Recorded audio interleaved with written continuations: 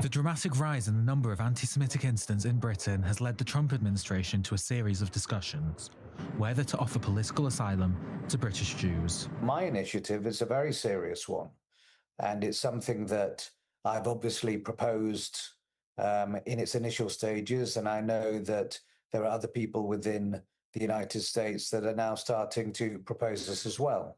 Robert Garson, one of President Trump's lawyers who was born in Manchester, told i24 News in a special interview that what led to the discussions is the simple fact: Britain is not safe for Jews. I personally spoke to Ambassador Kaploon about these things. His first reaction was, look, Britain has got to take care of its Jews. And one of the questions that I've now asked is, but if Britain isn't prepared to fight for its Jews, what's going to happen then?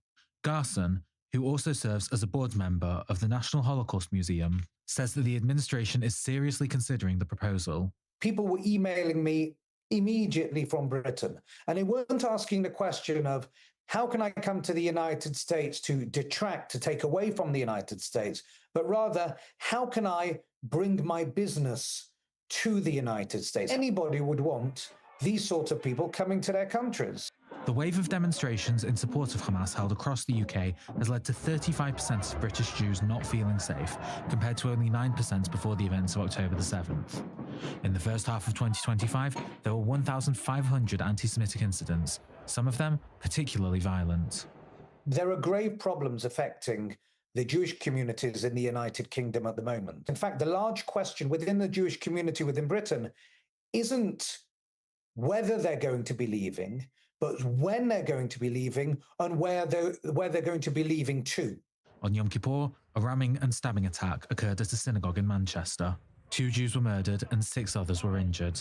There are also worries that the British institutions, the governmental institutions, will not protect them, certainly not in a way that President Donald Trump has protected the Jewish communities. One can see it with the heightened attacks, or the attacks on buses, the attacks on subways, the slurs that are being leveled at Jews. The fact that Jews do not feel safe enough to wear a kippah on the streets of Britain. The fact that certain people have started taking down their mezuzot in Britain. It is not clear if this initiative will ever come into fruition. What is clear is that it proves that the sense of security of Jews in Britain and Europe is deteriorating every day.